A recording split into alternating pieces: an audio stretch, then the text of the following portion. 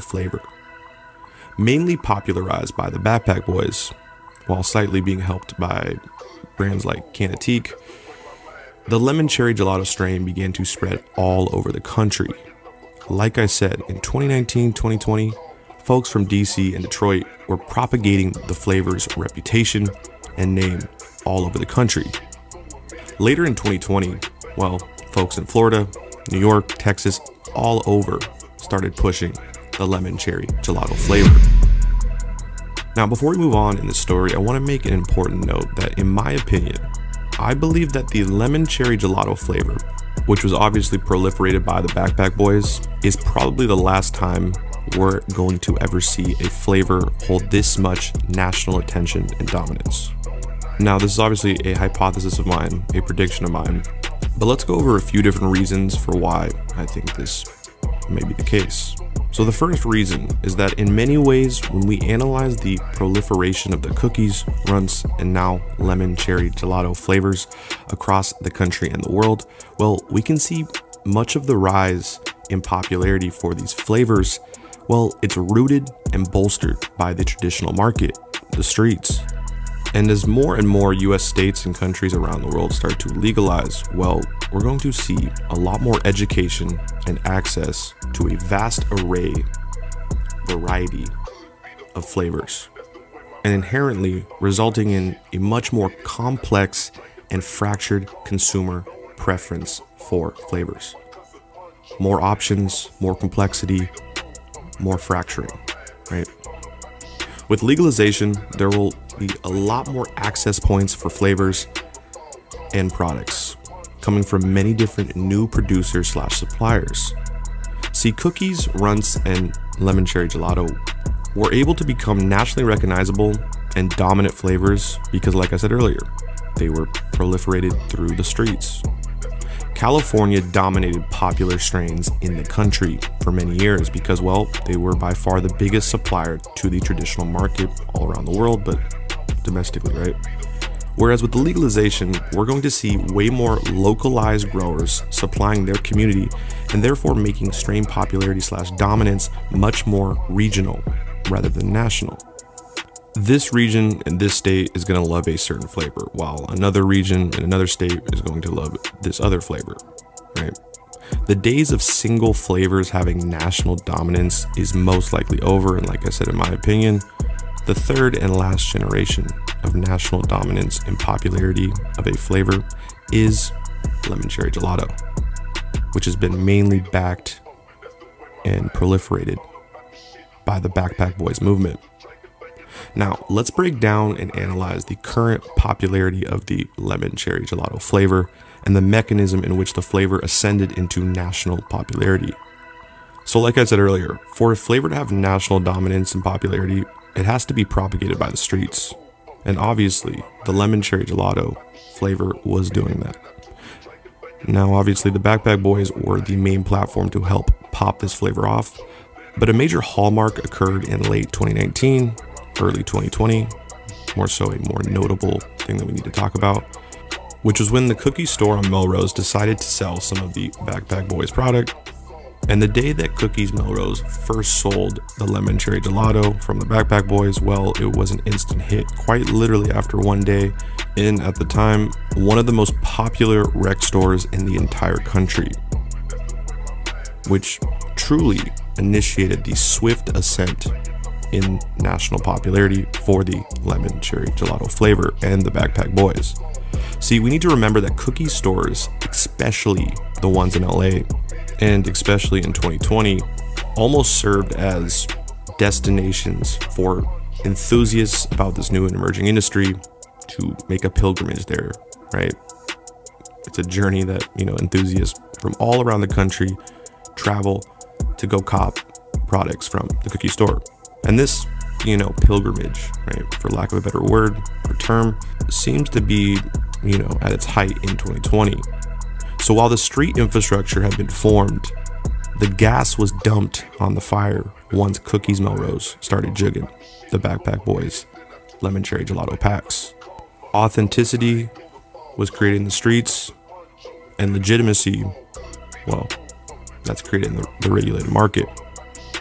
Now, what's been fascinating to see is how the Backpack Boys have innovated and overcome roadblocks that have uniquely affected them, even more so than it affects, the rest of the community.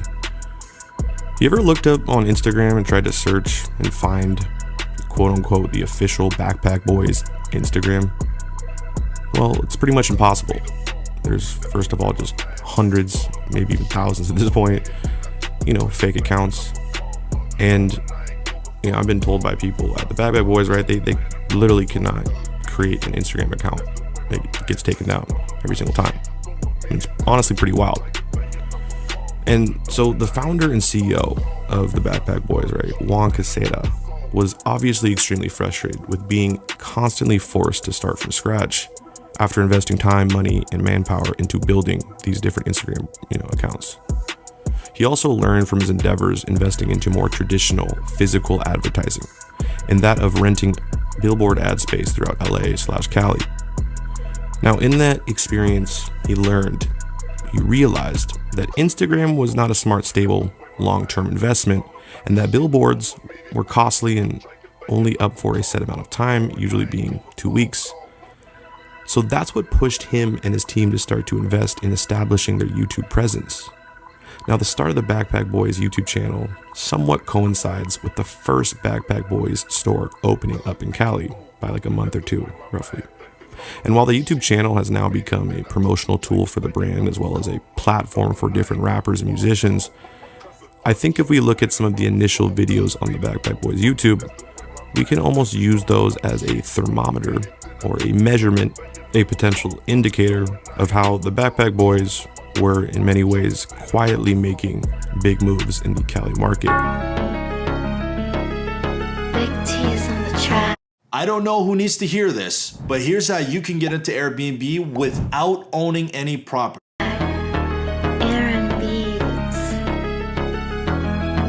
I remember I was broke. I had to think fake. Got a nigga extra high. If it ain't stamped by the boss, then it ain't verified. I'm trying to be my own boss. I gotta make it out. Take trips and take.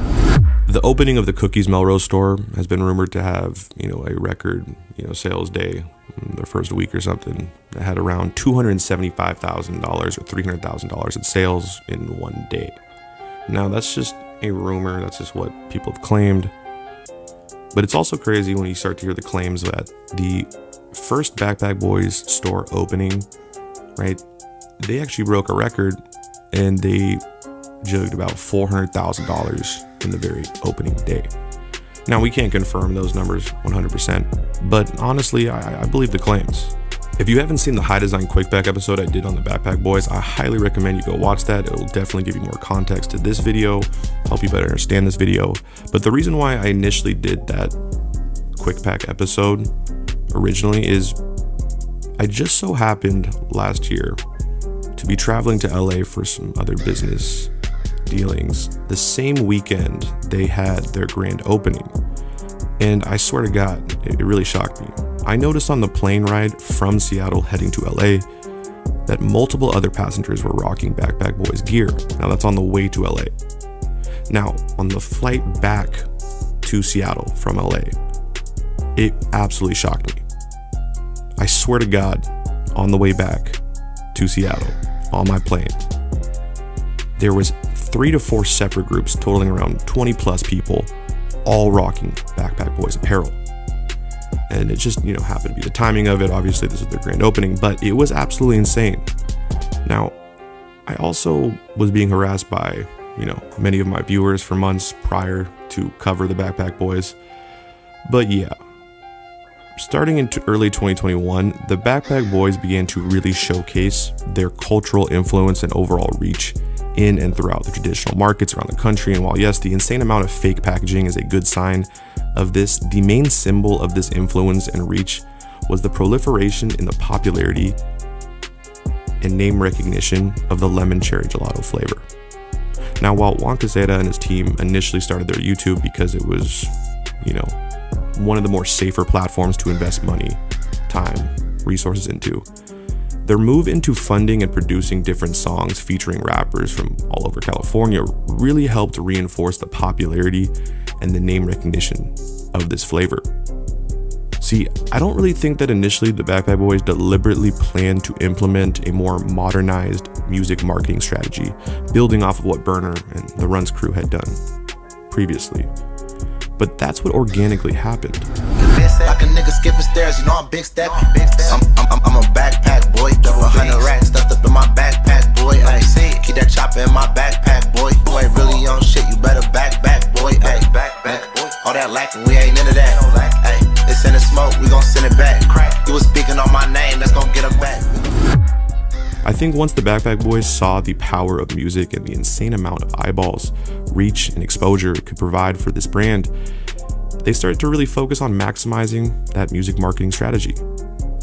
Now, on this, I want to make a note, right? I think that the music marketing strategy has really mainly worked for Burner, the Runs crew, and now the Backpack Boys because they are viewed by the public as plant entrepreneurs first, and rappers/musicians, music producers second. See, that's why we see many of these rappers or celebrities fail in this new emerging industry because, well, they are first and foremost associated with another occupation, whether it be music or acting or something else.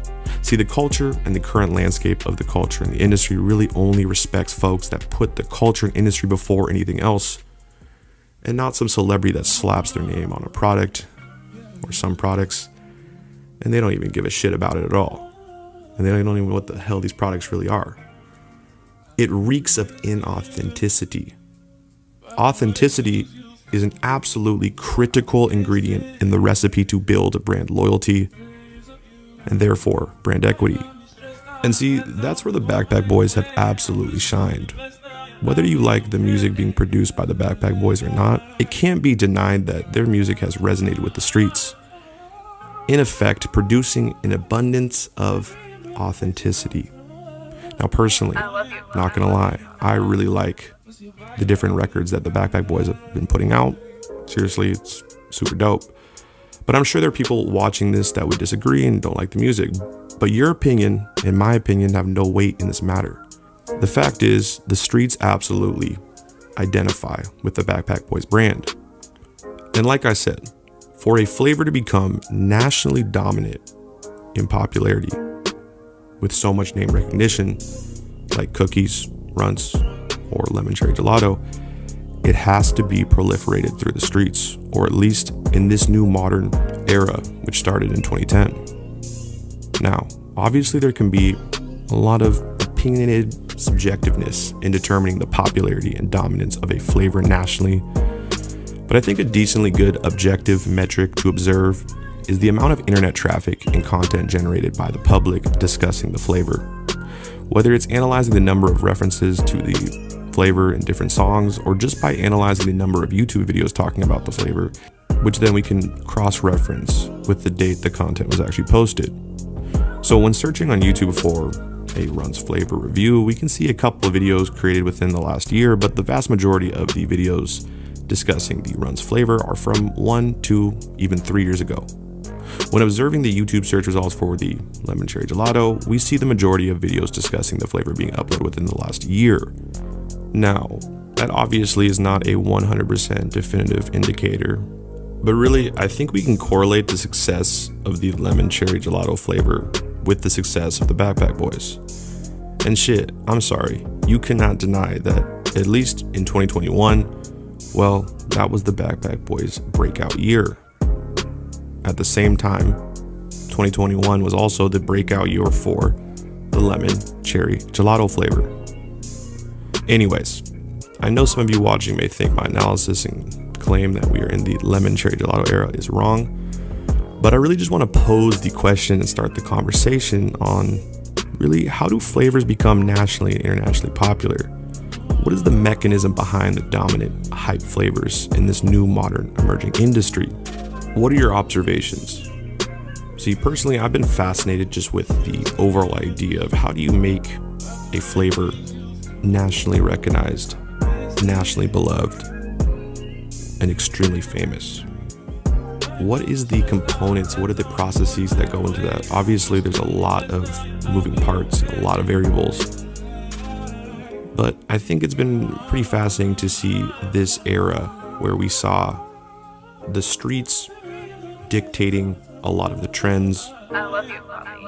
And with the streets dictating those trends, we got this era where the cookies, the runts, and the lemon cherry gelato, well, they became nationally dominant flavors.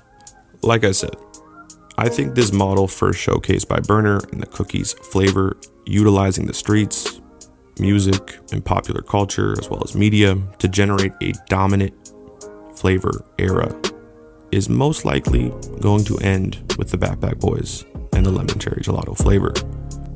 The expansion and access of a vast array of more localized flavors has and will continue to fracture any potential attempts or bids in creating a national hegemonic flavor, like what took hold with cookies, runts, and in my opinion, the lemon cherry gelato. But who knows? I may be completely wrong in my hypothesis. Really, only time will tell.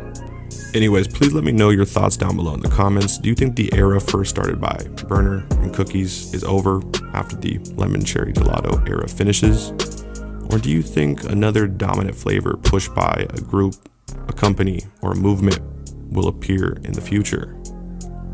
Like I said, let me know down in the comments. Would love to hear your thoughts. Anyways, big shouts out